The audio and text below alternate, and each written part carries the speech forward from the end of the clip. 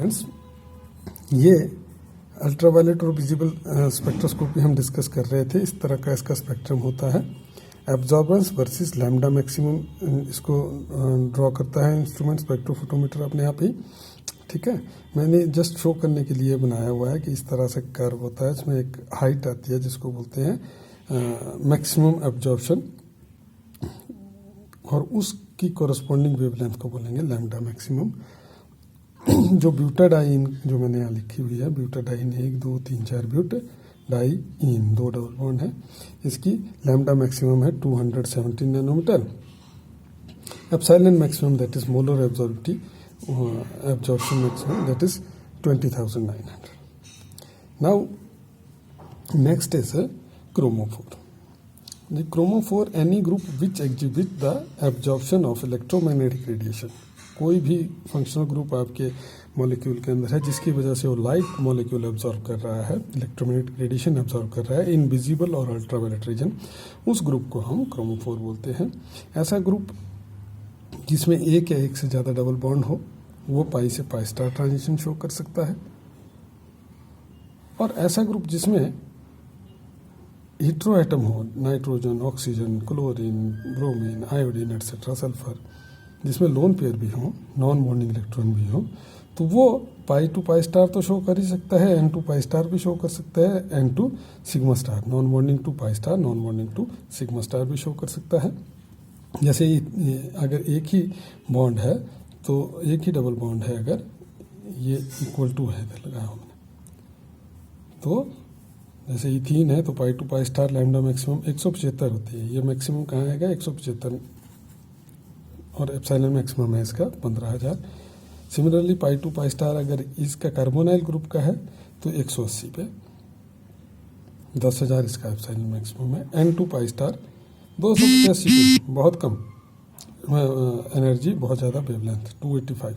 ठीक है, लेकिन एप्सिलॉन मैक्सिमम इसका बहुत कम है क्योंकि ये फॉरबिडन ट्रांजिशन है। Similarly n to sigma star अगर इनकी सिमेट्री सेम होगी, एप्सिलॉन मैक्सिमम ज़्यादा है लेकिन इसके लिए एनर्जी ज़्यादा चाहिए, तो ये 200 से नीचे तो एब्जॉर्ब ही हमारे इंस्ट्रूमेंट काम ही नहीं करते। मैं तो जस्ट शो करने की कोशिश कर रहा हूँ कि क्रोमोफोर वो ग्रुप है जिसके पास एक या एक से अधिक डबल बॉन्ड हो। इसके अलावा अगर उसके पास ऐसे कोई एटम भी हैं जिसमें डबल बॉन्ड भी हैं लेकिन नॉन बॉन्डिंग इलेक्ट्रॉन भी हैं, लोन पेयर्स भी हैं, all those groups can act as a chromophore. Okay,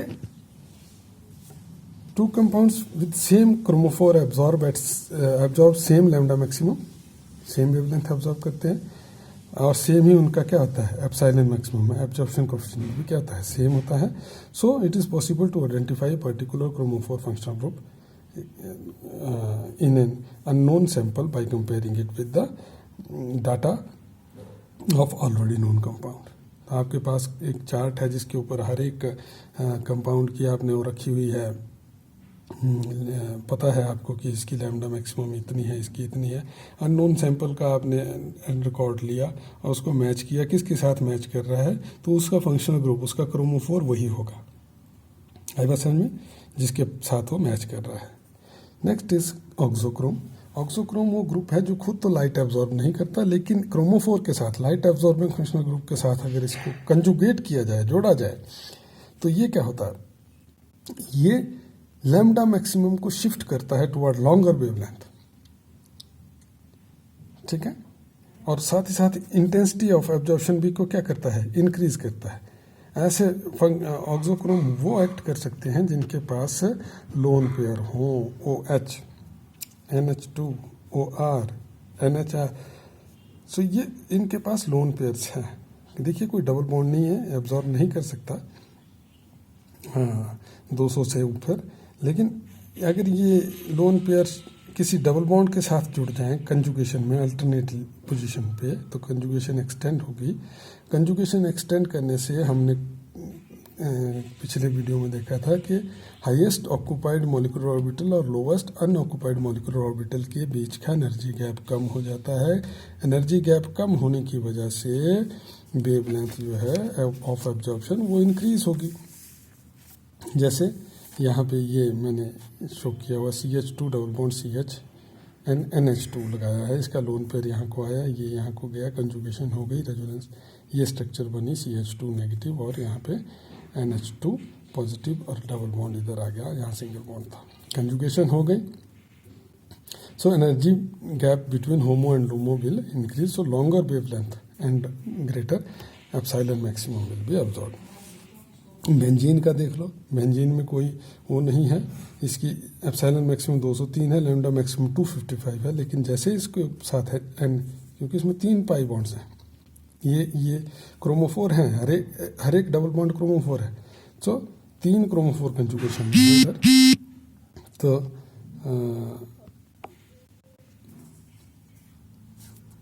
NH2 जब जोड़ दिया ऑक्सोक्रोम इसके साथ, देखिए लैम्डा मैक्सिमम 255 से कम पहुंच गई 280, एप्सिलॉन मैक्सिमम भी बढ़ गया 1430.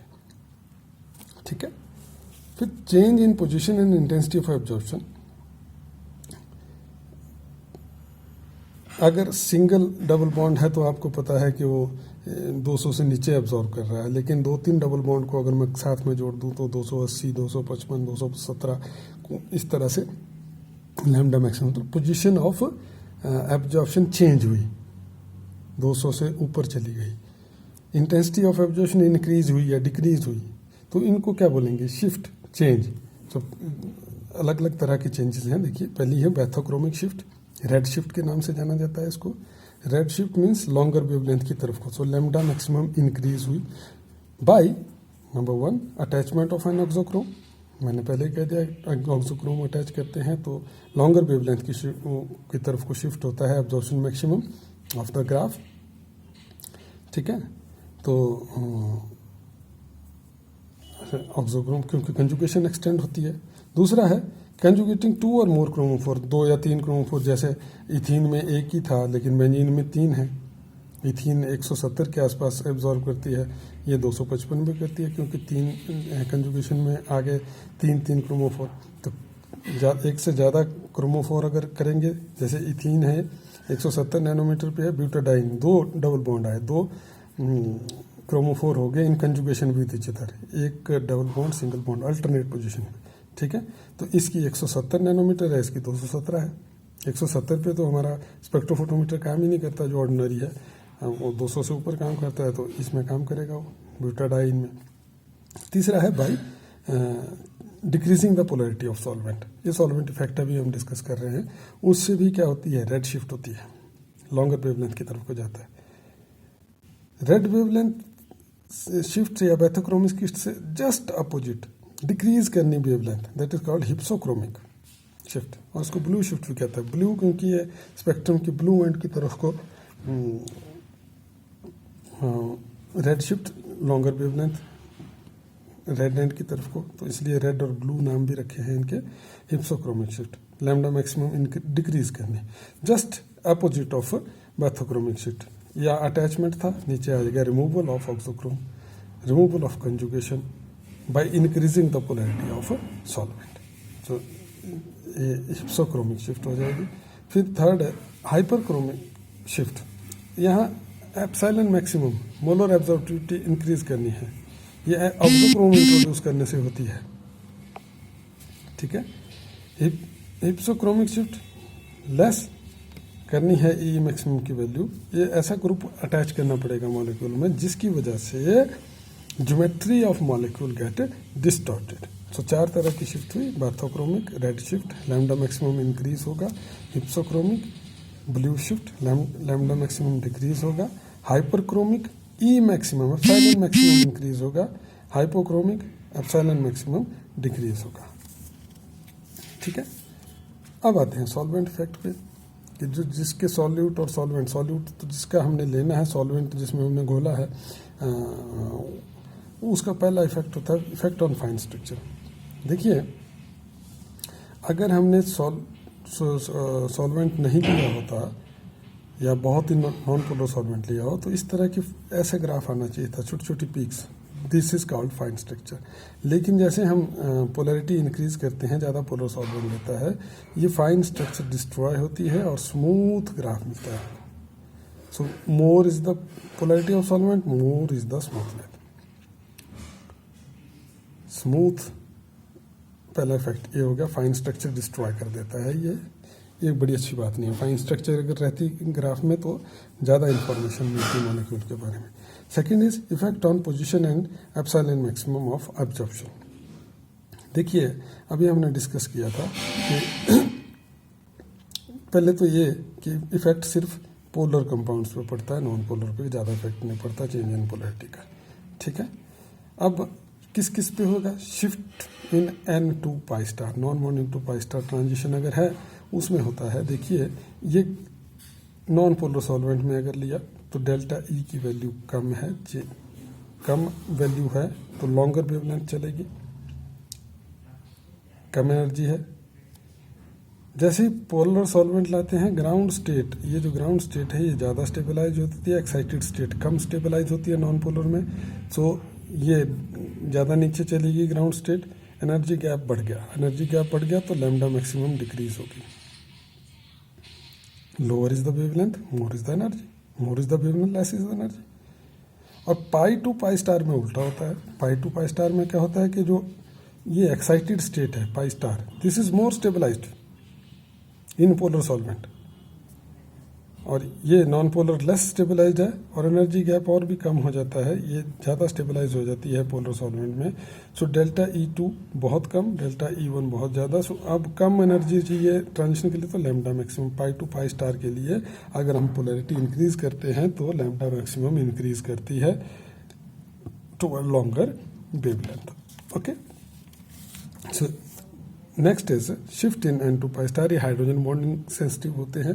हाइड्रोजन बॉन्डिंग ज़्यादा वहाँ होती है जहाँ ज़्यादा पोलर सॉल्वेंट हो, so increase in polarity, decrease in lambda maximum. Non bonding electron जो है वो उनको एक्साइट करने के लिए ज़्यादा एनर्जी चाहिए। Last is choice of solvent. आज के लिए इट शुड बी ट्रांसपेरेंट। ऐसा सॉल्वेंट आपने लेना जो transparent in wavelength region under examination. तो आपकी यूवी और उसमें वो आपका स्पेक्ट्रोफोटोमीटर की जो रेंज है उसमें वो ट्रांसपेरेंट सॉल्वेंट, ट्रांसपेरेंट सॉल्वेंट का मतलब वो खुद ना एब्जॉर्ब करे। Okay, it should be less polar, क्योंकि अगर ज़्यादा पोलर हुआ तो ये सॉल्यूट के साथ ज़्यादा इंट्रैक्शन करेगा। ज़्यादा इंट्रैक्शन हुई तो सॉल्यूट और सॉल्वेंट का जो है वो जो एब्जॉर्प्शन पैटर्न है वो ट्रू नहीं आएगा। So it should be less polar.